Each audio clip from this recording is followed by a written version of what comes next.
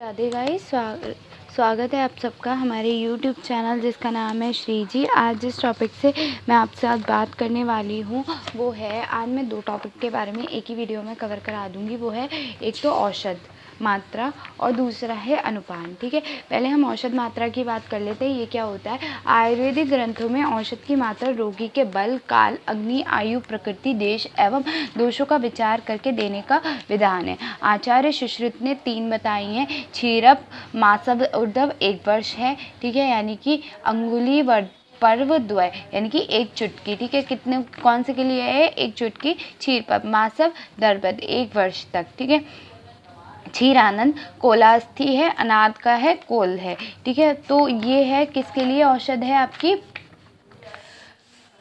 ये औषध बच्चों के लिए है। ठीक है, नेक्स्ट देखो क्या है कि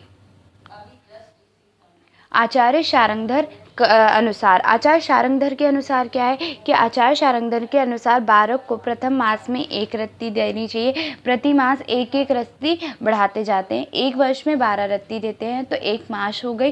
ठीक है, उपरोक्त मात्रा को माँ के दूध, मधु, घी, चीनी इन सब के साथ मिलाकर देते हैं। वर्ष तक प्रति वर्ष को 1-1 मास बढ़ाएं। 16 वर्ष तक 16 मास हो जाएगी, 1 वर्ष होगा। ठीक है, 16 वर्ष तक 70 वर्ष होगी, स्थिर होगी और 16 मास हो जाएगा। 70 वर्ष के बाद औषधि की मात्रा प्रतिवर्ष उत्तरत घटती रहती है। 70 वर्ष के बाद हम कितनी करेंगे? अब औषध की मात्रा कम कर देंगे। ठीक है, यह माना चूर्ण व कल के लिए, कषायदी के लिए मात्रा 4 गुना होनी चाहिए। ठीक है, औषध योगी की सेवनीय मात्रा कल्क, चूर्ण, वटी 1 कर्ष और 1 तोला। ठीक है, आसव, अरिश, अवलेह, तंडुलक, अग्नि, सिद्ध, पुटपाक, स्वरस 1 तोला, यानी कि 1 पल 4 तोला। ठीक है, नेक्स्ट देखो आपका क्या है? क्वाथ, हिम, पांट, इनकी कितनी है? क्वाथ, हिम, पांट, शंगणंग, पानीय, गंध, क्षीरपाक 2 पल या 8 तोला, इतनी मात्रा देनी चाहिए। ठीक है, नेक्स्ट क्या है कि रस औषधियों की मात्रा आचार्य चरक ने निम्न अनुसार निर्धारित की है, किंतु अग्नि, बल, जल आदि का विचार कर मात्रा का न्यूनांतर किया जाता है। ठीक है, क्या किया जाता है? मात्रा का न्यूनांतर किया जाता है। उसके बाद क्या है? वैद्य परिभाषा अनुसार पारद भस्म 1 रत्ती, स्वर्ण भस्म 1 रत्ती, रजत भस्म 3 रत्ती, ताम्र भस्म 2 रत्ती, कांस्य और पीतल की भस्म 2 रत्ती, अभ्रक भस्म 6 रत्ती, लोह भस्म 6 रत्ती, नाग, वंग, यशद भस्म 6 रत्ती, शिलाजतु 6 रत्ती, उपरस 1 मास, विष 1 यव, शिराभस्म 2 यव और हड़ताल भस्म 7 यव। भेषज योग विधि क्या है? भेषज का प्रयोग मात्रा, समय और अनुपान के अनुसार करना चाहिए। औषध मात्रा के अनुसार अनुपान व भेषज मात्रा का ज्ञान आवश्यक है। अनुपान कल्पना क्या होती है? अब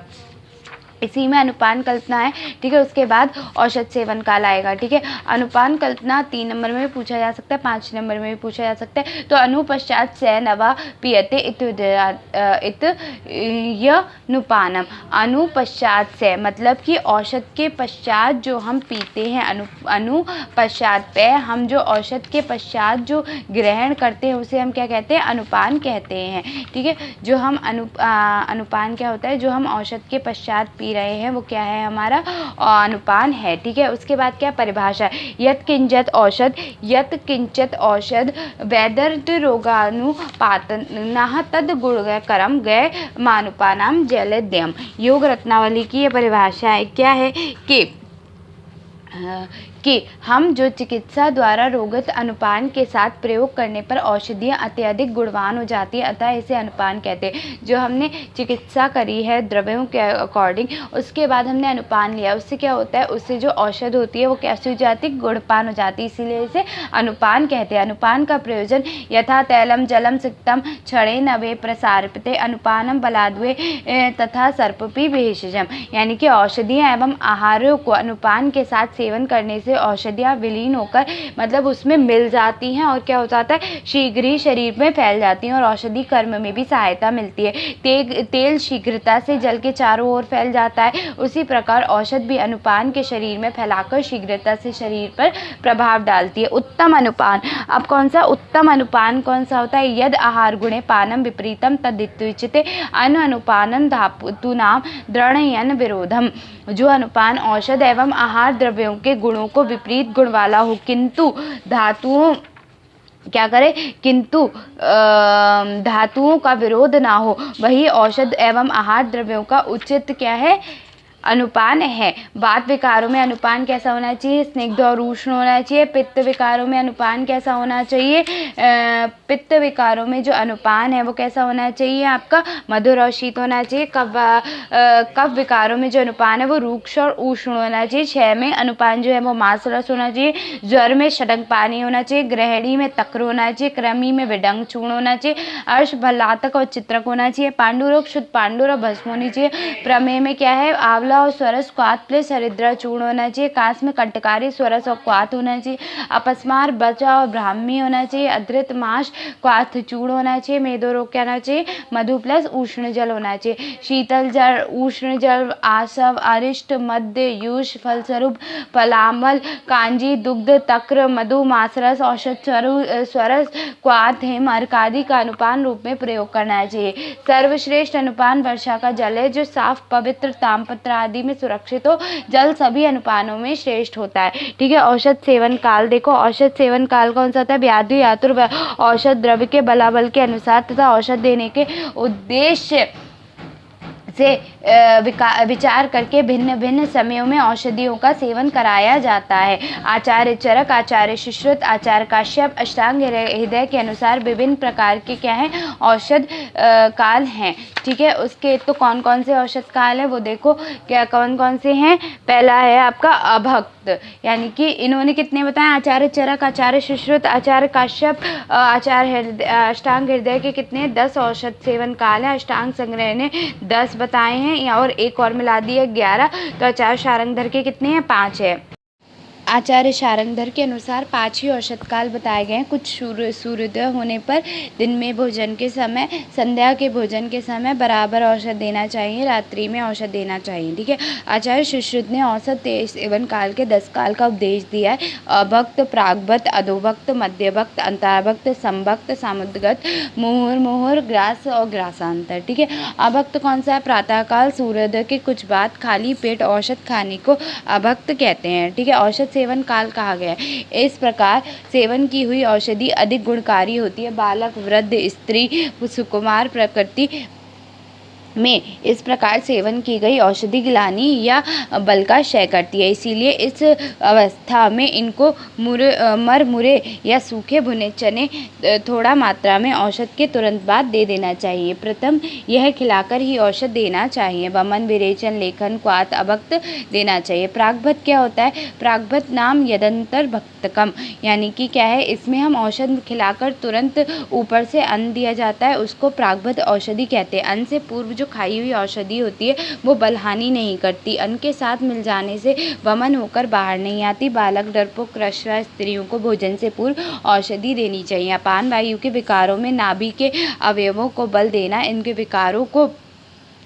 शांत करने तथा शरीर को पतला करने के लिए प्रागभत औषधि देनी चाहिए। अधोभक्त क्या होती है? अन्न खाने के तत्काल बाद जो औषधि दी जाती है उसे हम अधोभक्त कहते हैं। ठीक है। उसके बाद क्या होता है? ये नाभि के ऊपर के अवयवों में होने वाले रोग को दूर करती है। उसके बाद क्या है कि अवयवों को बल देता है। ठीक है। उसके बाद क्या है? अवयवों को बल देता है। व्यान वायु के विकारों में प्रातःकाल भोजन, सायकाल और भोजन के बाद औषधि देनी चाहिए। ये मोटा करती है। नेक्स्ट है आपका मध्यवक्त, यानी कि हम भोजन के बीच में देते हैं और फिर शेष भोजन के बाद देते हैं। पहले हम आधे भोजन पे औषधि देंगे और बाकी कब देंगे? शेष भोजन हो जाने के बाद हम इसे औषधि दे देंगे। ठीक है। उसके बाद क्या होता है कि कोष्ठ के रोग व पित्त रोगों में मध्यवक्त औषधि देनी चाहिए। अंतर्वक्त क्या होती है? यदि प्रातःकाल के भोजन जीर्ण हो जाने के बाद औषधि ली जाए तो औषधि जीर्ण होने के बाद सायंकाल का भोजन लिया जाए तो वह अंतरकाल कहलाता है। यह हृदय और मन को बल देता है। दीपन पथ है। ये दीपाग्नि पुरुषों और व्यायाम के विकारों में दी जाती है। ठीक है। उसके बाद संभक्त क्या है? औषध से यदि अन्न के साथ पकाकर दी जाए तो पकाए हुए अन्न में मिलाकर दी जाने को इसे संभक्त औषध काल कहते हैं। यह औषध दुर्बल, स्त्री, बालक, सुकुमार, वृद्ध व औषध लेने ना करने पसंद करने वाले व्यक्तियों के लिए होती है। सामुदक क्या होती है? इनसे संपुट भी कहते हैं। जिस प्रकार मोती में सीपियों में बंद रखते हैं उसी प्रकार औषध को भोजन के बीच में रखकर सामुदक देते हैं। ठीक है। जैसे पाचन, अवलेह, चूर्ण, लघु व अल्प अन्न देने ही जाए और अंत में फिर इसे अन्न दिया जाता है। ये सामुदक कहलाता है। ये औषधि हिक्का, कम, पाक्षेप तथा दोषों को के ऊर्ध्व व अधोभाग में फैला होने देना चाहिए। मुहुर क्या है? मतलब हमने एक अन्न का ग्रास खाया उसके बाद अन्न के साथ या अन्न रहित जो औषध बार बार दी जाती है वो होती है मुंहमुर, मतलब बार बार देना चाहिए। इसे एक्का में भी देते हैं, ठीक है। ग्रास कौन सी होती है, जो हर ग्रास के साथ दी जाती है, मतलब हर टुकड़े के साथ की जाती है। प्राणवायु दूषित होने पर देते हैं। मग्न अग्नि वाले को, जठार अग्नि को प्रदीप्त करने वाले चूड़वाजीकरण औषध लेह वटी का प्रयोग सग्रास औषध काल में करते हैं। ग्रासांतर क्या है, जो औषधि ग्रास यानी कि ग्रासों के बीच में रख के देते हैं। वमन कराने वाले धूम और श्वास कास और प्रसिद्ध अवलेह दो ग्रासों के बीच में रख कर देते हैं, ठीक है। उसके बाद क्या है आपका देनी चाहिए, हृदय रोगों के विकारों तथा प्राणवायु के विकारों में देते हैं। नशे यानी कि अष्टांग संग्रह ने नशे ये बताया है, वो क्या है कि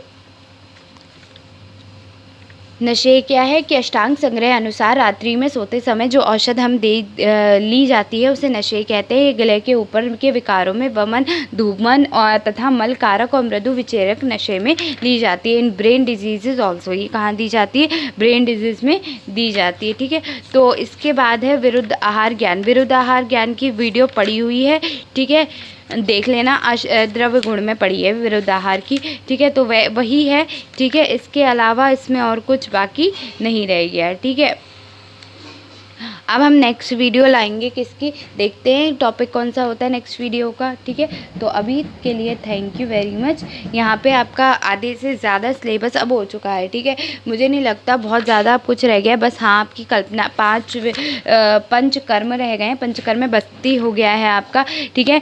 बाकी मैं करवा दूँगी, और मॉडर्न रह गया है, ठीक है। तक्र वगैरह भी रह गया है, वो भी हो जाएगा, परेशान मत होना। बहुत सारा सिलेबस हो गया है, इतने में से तो बहुत सारे क्वेश्चन बन जाते हैं, ठीक है। आधे पेपर से ज़्यादा हो चुका, आधा अभी रह गया है, ठीक है। तो देखते हैं कब तक हो जाएगा, ठीक है। Thank you.